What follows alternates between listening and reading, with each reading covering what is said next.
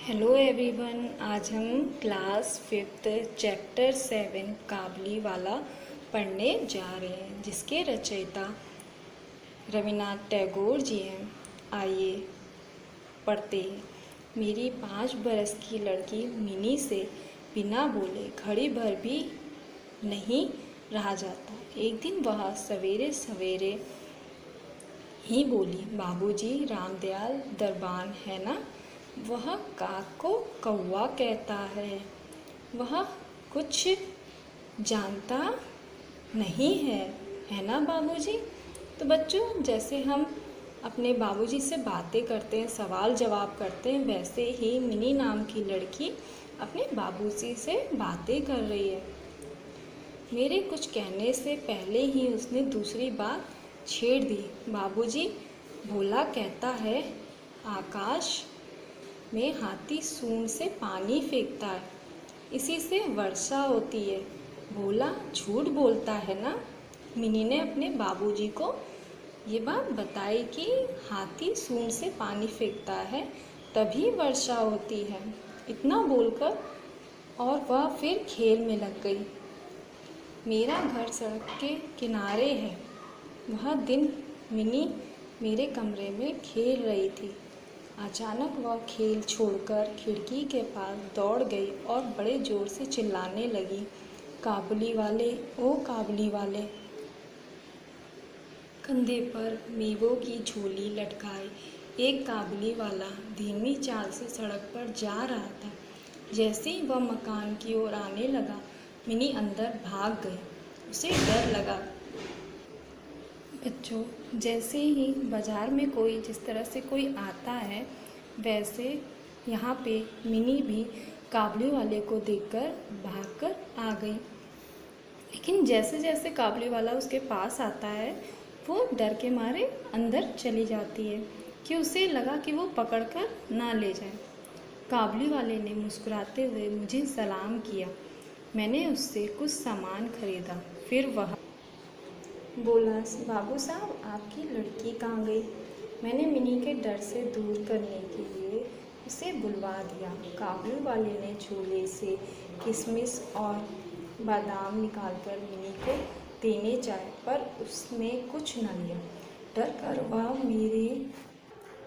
वह मेरे घुटने से चिपक गई। काबुली वाले से उसका पहला परिचय इस तरह हुआ। बच्चों, जब मिनी के पास वह काबुली वाला आया तो वो घबरा गई और अपने पापा के पैरों से यानी घुटनों से चिपक गई। काबुली वाले से उसका परिचय इस तरह हुआ। कुछ दिन बाद किसी ज़रूरी काम से मैं बाहर जा रहा था। देखा कि मिनी की झोली बादाम किशमिश से भरी थी। मैंने काबुली वाले को अठन्नी देकर कहा, इसे यह सब क्यों दे दिया? अब मत देना। फिर मैं बाहर चला गया। कुछ देर तक काबुली वाला मिनी से बातें करता रहा। जाते समय वह अठन्नी मिनी की झोली में डालकर चला गया। जब मैं घर लौटा तो देखा कि मिनी की माँ काबुली वाले से अठन्नी लेने के कारण उस पर गुस्सा हो रही हैं। काबुली वाला प्रतिदिन आता रहा। उसने किशमिश बादाम देकर मिनी के छोटे से मन पर अपना अधिकार जमा लिया। रहमत काबुली वाले को देखते ही मेरी लड़की हंसते हुए पूछती, काबुली वाले, ओ काबुली वाले, तुम्हारी झोली में क्या है? मिनी, जो प्रतिदिन काबुली वाले से बातें करती और उसे देखकर हंसने लगी थी, वो उसे अब जानने लगी थी और काबुली वाला धीरे धीरे मिनी के लिए किशमिश बादाम और उसके साथ काफ़ी समय बिताने लगा। रहमत हंसते हुए कहता, हाथी। फिर वह मिनी से कहता, तुम ससुराल कब जाओगी? पलटकर मिनी रहमत से पूछती, तुम ससुराल कब जाओगे? रहमत अपना मोटा घूंसा तान कर कहता, हम ससुराल को मारेगा। मतलब दोनों में नोक झोंक, मतलब मजाक चल रहा था। और रहमत ने हंसते हुए पूछा कि मिनी तुम ससुराल कब जाओगी? तो पलटकर मिनी भी यही चीज़ कहती है कि तुम ससुराल कब जाओगे? रहमत बड़े मस्ती मूड में घूंसा दिखाकर कहता है कि हम ससुराल को मारेगा। इस पर मिनी खूब हंसती है। हर साल सर्दियों के अंत में काबुली वाला अपने देश चला जाता था। जाने से पहले वह सब लोगों से पैसा वसूल करता। उसे घर घर घूमना पड़ता था। फिर भी प्रतिदिन वह मिनी से एक बार मिलने ज़रूर आता था। एक दिन सवेरे ही सड़क पर बड़े जोर का शोर सुनाई दिया।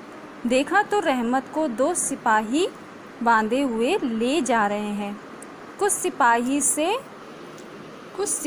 से कुछ रहमत के मुंह से सुना कि हमारे पड़ोस में रहने वाले एक आदमी ने रहमत से मेवे खरीदे थे। उसके कुछ रुपए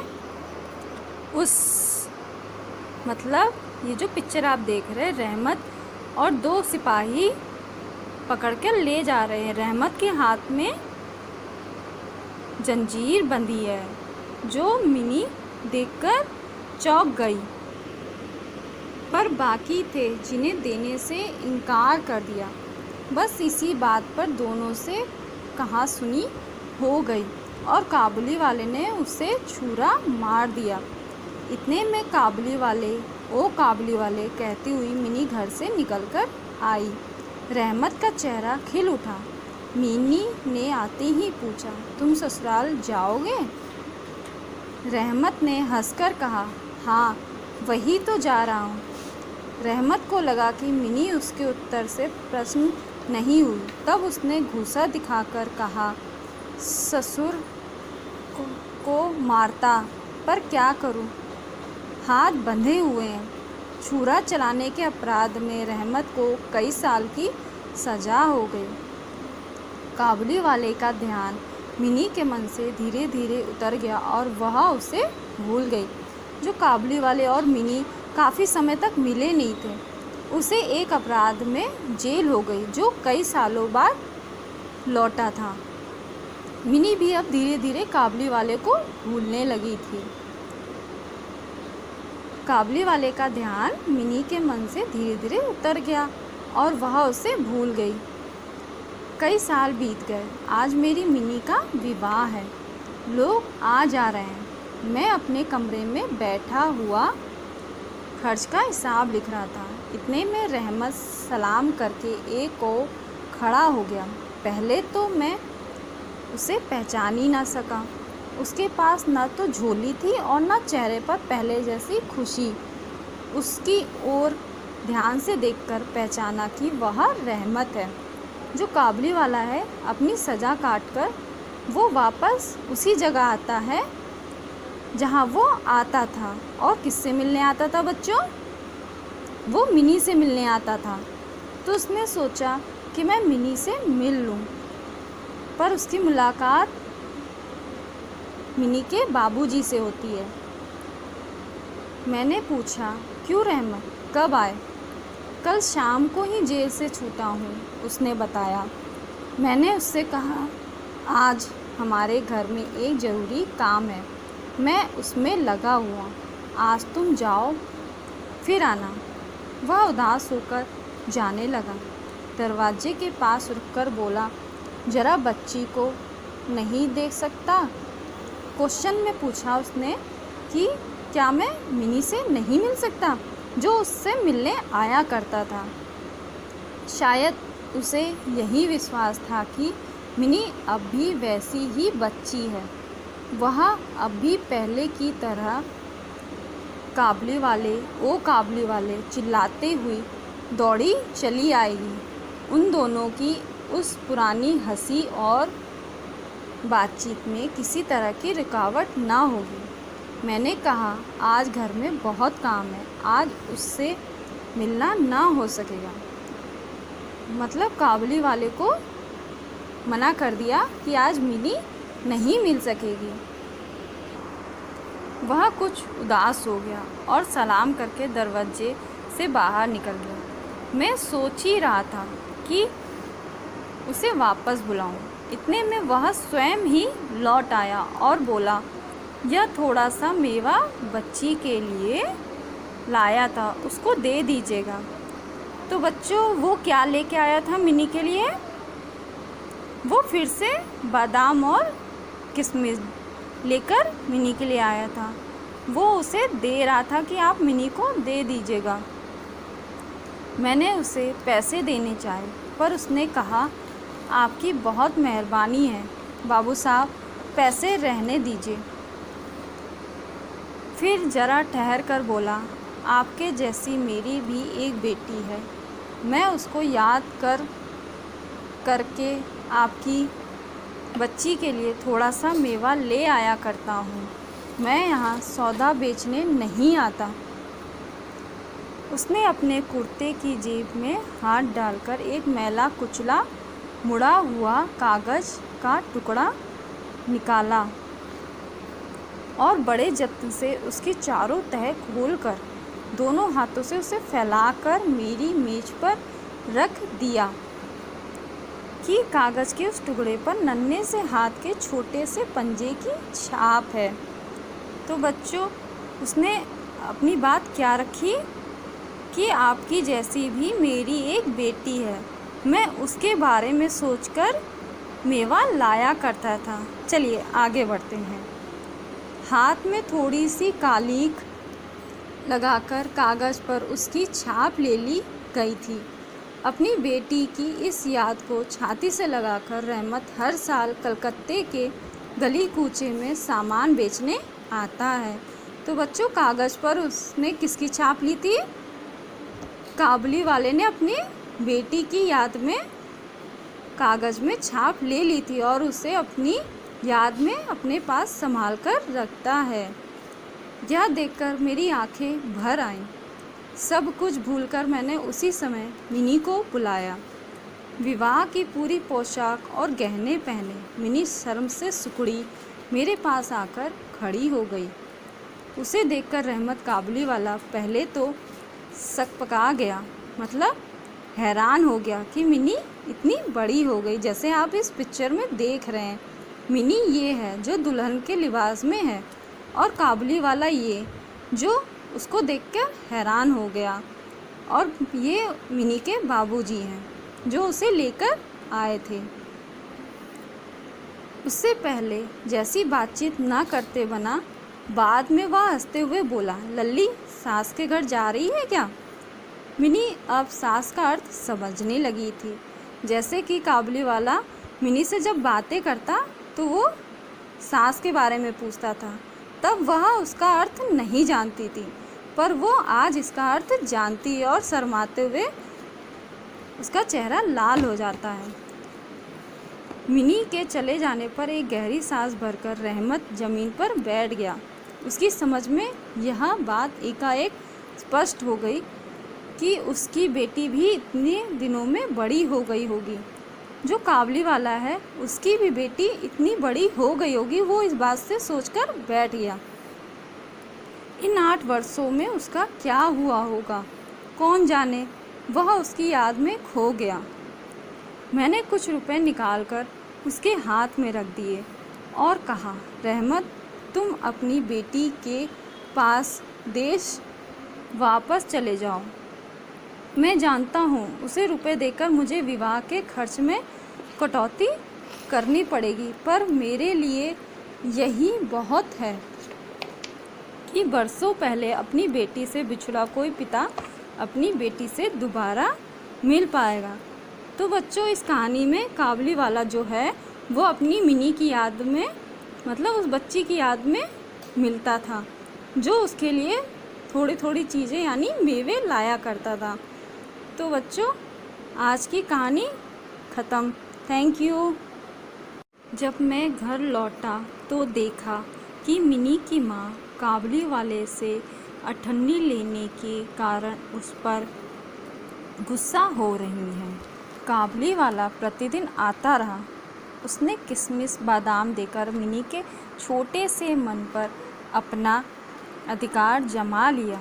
रहमत काबुली वाले को देखते ही मेरी लड़की हंसते हुए पूछती, काबुली वाले, ओ काबुली वाले, तुम्हारी झोली में क्या है? मिनी, जो प्रतिदिन काबुली वाले से बातें करती और उसे देखकर हंसने लगी थी, वो उसे अब जानने लगी थी और काबुली वाला धीरे धीरे मिनी के लिए किशमिश, बादाम और उसके साथ काफ़ी समय बिताने लगा। रहमत हंसते हुए कहता, हाथी। फिर वह मिनी से कहता, तुम ससुराल कब जाओगी? पलटकर मिनी रहमत से पूछती, तुम ससुराल कब जाओगे? रहमत अपना मोटा घूंसा तान कर कहता, हम ससुराल को मारेगा। मतलब दोनों में नोक-झोंक, मतलब मजाक चल रहा था। और रहमत ने हंसते हुए पूछा कि मिनी, तुम ससुराल कब जाओगी? तो पलटकर मिनी भी यही चीज़ कहती है कि तुम ससुराल कब जाओगे। रहमत बड़े मस्ती मूड में घूंसा दिखाकर कहता है कि हम ससुराल को मारेगा। इस पर मिनी खूब हंसती है।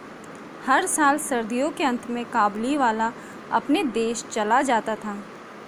जाने से पहले वह सब लोगों से पैसा वसूल करता। उसे घर घर घूमना पड़ता था।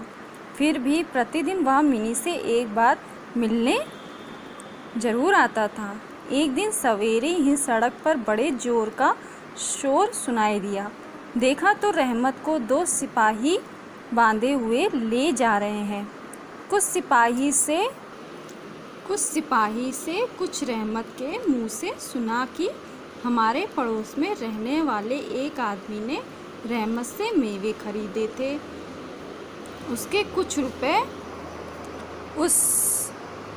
मतलब ये जो पिक्चर आप देख रहे हैं, रहमत और 2 सिपाही पकड़ के ले जा रहे हैं। रहमत के हाथ में जंजीर बंधी है, जो मिनी देखकर चौंक गई।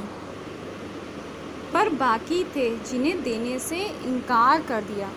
बस इसी बात पर दोनों से कहा सुनी हो गई और काबुली वाले ने उसे छुरा मार दिया। इतने में काबुली वाले, ओ काबुली वाले कहती हुई मिनी घर से निकलकर आई। रहमत का चेहरा खिल उठा। मिनी ने आते ही पूछा, तुम ससुराल जाओगे? रहमत ने हंसकर कहा, हाँ, वही तो जा रहा हूँ। रहमत को लगा कि मिनी उसके उत्तर से प्रश्न नहीं हुई। तब उसने घूंसा दिखाकर कहा, ससुर को मारता, पर क्या करूँ, हाथ बंधे हुए हैं। छुरा चलाने के अपराध में रहमत को कई साल की सज़ा हो गई। काबुली वाले का ध्यान मिनी के मन से धीरे धीरे उतर गया और वह उसे भूल गई। जो काबुली वाले और मिनी काफ़ी समय तक मिले नहीं थे, उसे एक अपराध में जेल हो गई, जो कई सालों बाद लौटा था। मिनी भी अब धीरे धीरे काबुली वाले को भूलने लगी थी। काबुली वाले का ध्यान मिनी के मन से धीरे धीरे उतर गया और वह उसे भूल गई। कई साल बीत गए। आज मेरी मिनी का विवाह है। लोग आ जा रहे हैं। मैं अपने कमरे में बैठा हुआ खर्च का हिसाब लिख रहा था। इतने में रहमत सलाम करके एक को खड़ा हो गया। पहले तो मैं उसे पहचान ही ना सका। उसके पास न तो झोली थी और न चेहरे पर पहले जैसी खुशी। उसकी ओर ध्यान से देखकर पहचाना कि वह रहमत है। जो काबुली वाला है, अपनी सज़ा काटकर वो वापस उसी जगह आता है जहाँ वो आता था। और किससे मिलने आता था बच्चों? वो मिनी से मिलने आता था। तो उसने सोचा कि मैं मिनी से मिल लूँ। पर उसकी मुलाकात मिनी के बाबूजी से होती है। मैंने पूछा, क्यों रहमत, कब आए? कल शाम को ही जेल से छूटा हूँ, उसने बताया। मैंने उससे कहा, आज हमारे घर में एक ज़रूरी काम है, मैं उसमें लगा हुआ। आज तुम जाओ, फिर आना। वह उदास होकर जाने लगा। दरवाजे के पास रुककर बोला, ज़रा बच्ची को नहीं देख सकता? क्वेश्चन में पूछा उसने कि क्या मैं मिनी से नहीं मिल सकता, जो उससे मिलने आया करता था। शायद उसे यही विश्वास था कि मिनी अब भी वैसी ही बच्ची है। वह अब भी पहले की तरह काबली वाले चिल्लाते हुए दौड़ी चली आएगी। उन दोनों की उस पुरानी हंसी और बातचीत में किसी तरह की रुकावट ना होगी। मैंने कहा, आज घर में बहुत काम है, आज उससे मिलना ना हो सकेगा। मतलब काबली वाले को मना कर दिया कि आज मिनी नहीं मिल सकेगी। वह कुछ उदास हो गया और सलाम करके दरवाजे से बाहर निकल गया। मैं सोच ही रहा था कि उसे वापस बुलाऊं। इतने में वह स्वयं ही लौट आया और बोला, यह थोड़ा सा मेवा बच्ची के लिए लाया था, उसको दे दीजिएगा। तो बच्चों, वो क्या लेके आया था मिनी के लिए? वो फिर से बादाम और किशमिश लेकर मिनी के लिए आया था। वो उसे दे रहा था कि आप मिनी को दे दीजिएगा। मैंने उसे पैसे देने चाहे, पर उसने कहा, आपकी बहुत मेहरबानी है बाबू साहब, पैसे रहने दीजिए। फिर ज़रा ठहर कर बोला, आपके जैसी मेरी भी एक बेटी है। मैं उसको याद करके आपकी बच्ची के लिए थोड़ा सा मेवा ले आया करता हूँ।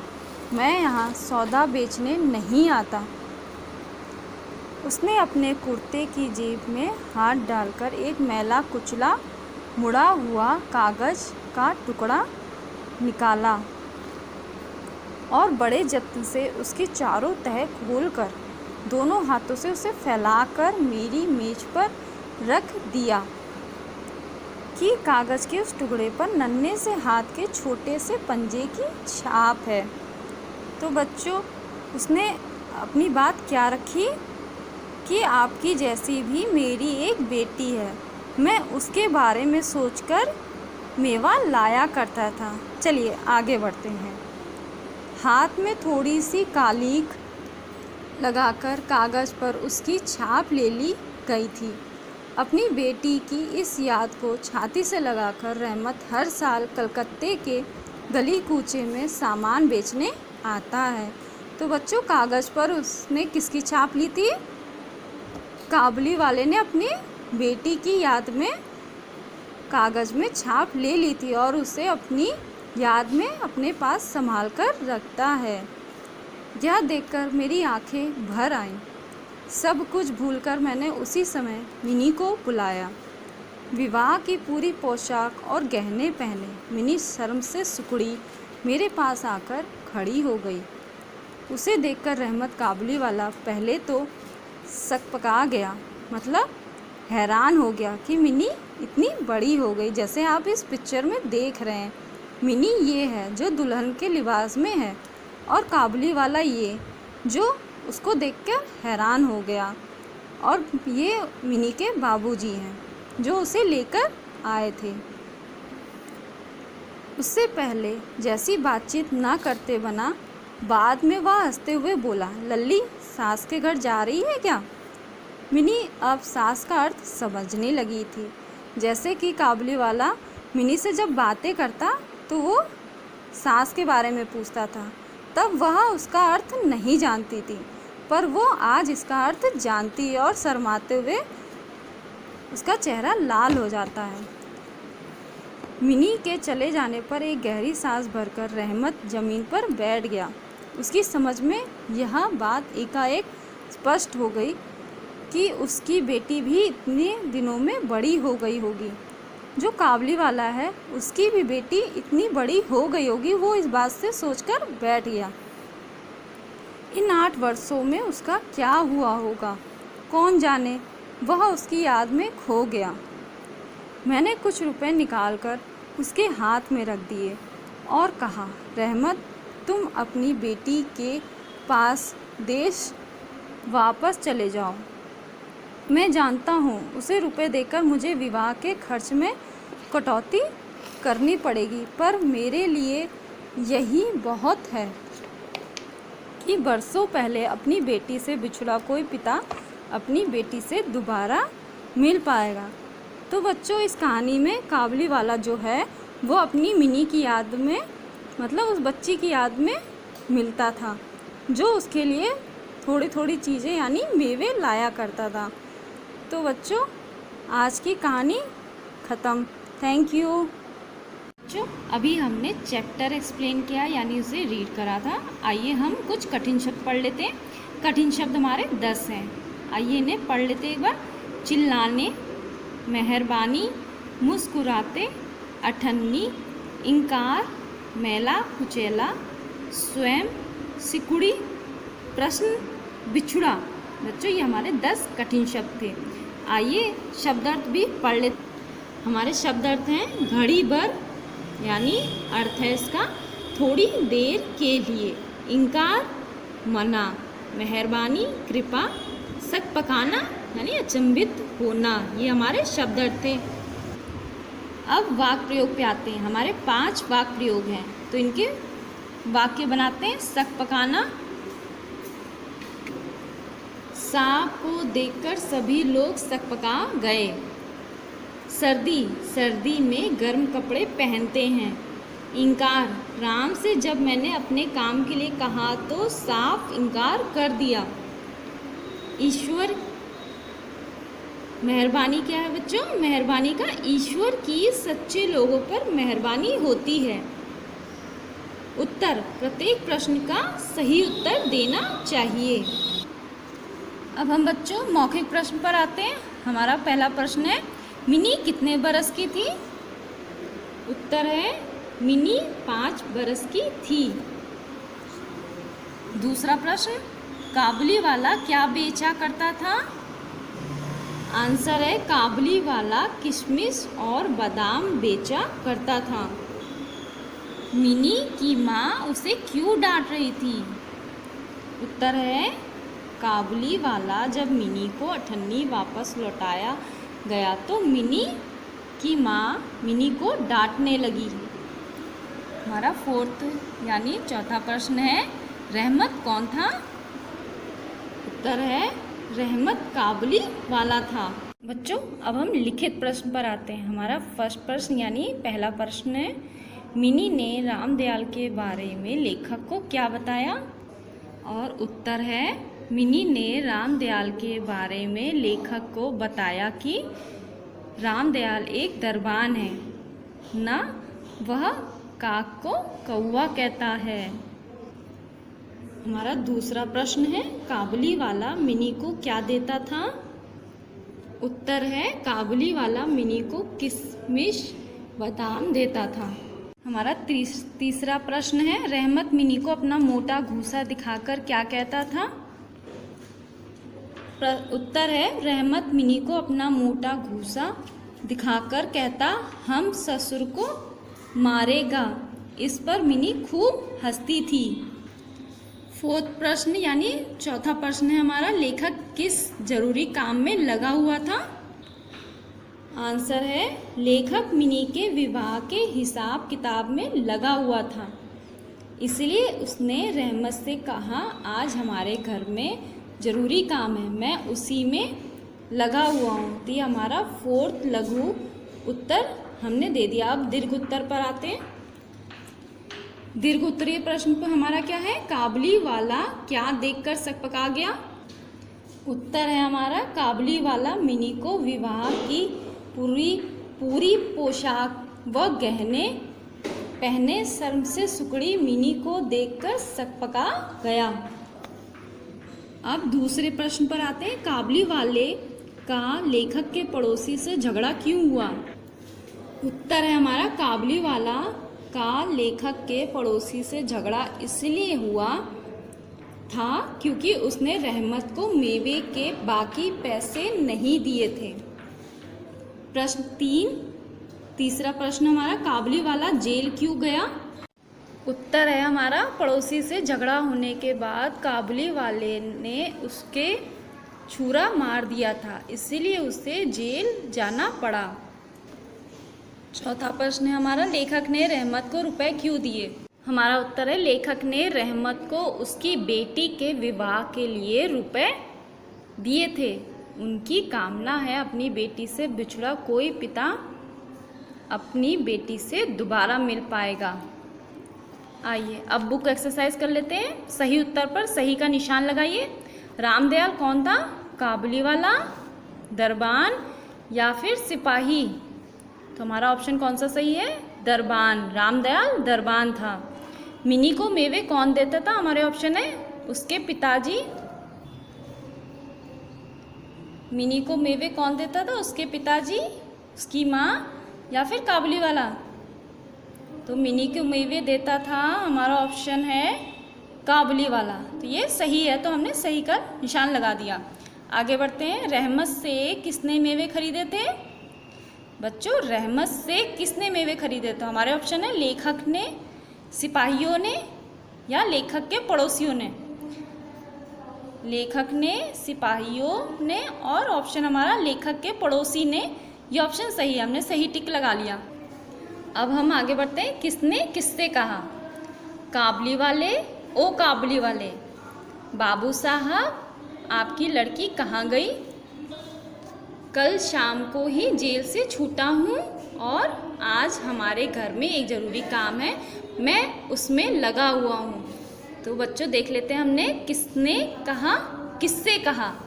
तो हमारा कहा है मिनी ने रहमत से कहा। खा लेखक ने काबुली वाले से, रहमत ने लेखक से। जो हमारा ग है यानी कल शाम को ही जेल से छूटा हूँ, ये रहमत ने लेखक से कहा था। घा लेखक ने रहमत से कहा था। आइए आगे बढ़ लेते हैं। लिंग बदलिए। बेटा, बेटी, बच्ची, बच्चा, ससुर, सास। तो ये लिंग बदल लिए हमने। और भी हैं, आगे बढ़ते हैं। लड़की का लिंग क्या होगा फिर? लड़का। साहब का साहिबा, पिता का माता। ठीक है बच्चों, अब आगे बढ़ते हैं। समानार्थक शब्द चुनकर लिखिए। तो बच्चों ये जो शब्द आप देख रहे हैं इनमें से समानार्थक शब्द चुनकर हमें यहाँ लिखने हैं। हिम्मत का क्या होगा बच्चों? साहस। छुरा का चाकू। विवाह का शादी। अब उदास का क्या होगा शब्द बच्चों? दुखी। दरवाजा द्वार। पोशाक वस्त्र। तो बच्चों हमारे समानार्थक शब्द थे जो हमने कर लिया। अब आगे बढ़ते हैं। रिक्त स्थानों में सही शब्द चुनकर लिखिए। तो बच्चों ये जो शब्द आप देख रहे हैं हमें सही स्थान पर यानी सही शब्द को लगाना है। दरवाजे पर डैश खड़ा है, तो कौन? हमारा आंसर है कौन। दरवाजे पर कौन खड़ा है? आपकी लड़की डैश गई। आपकी लड़की कहाँ गई? हमारा आंसर कहाँ गई। तुम विद्यालय डैश जाओगे। तुम विद्यालय कब जाओगे? इसे यह सब डैश दे दिया। इसे यह सब आंसर है हमारा क्यों दे दिया। तो बच्चों थैंक यू। और हमारा बुक एक्सरसाइज यहीं ख़त्म होता है।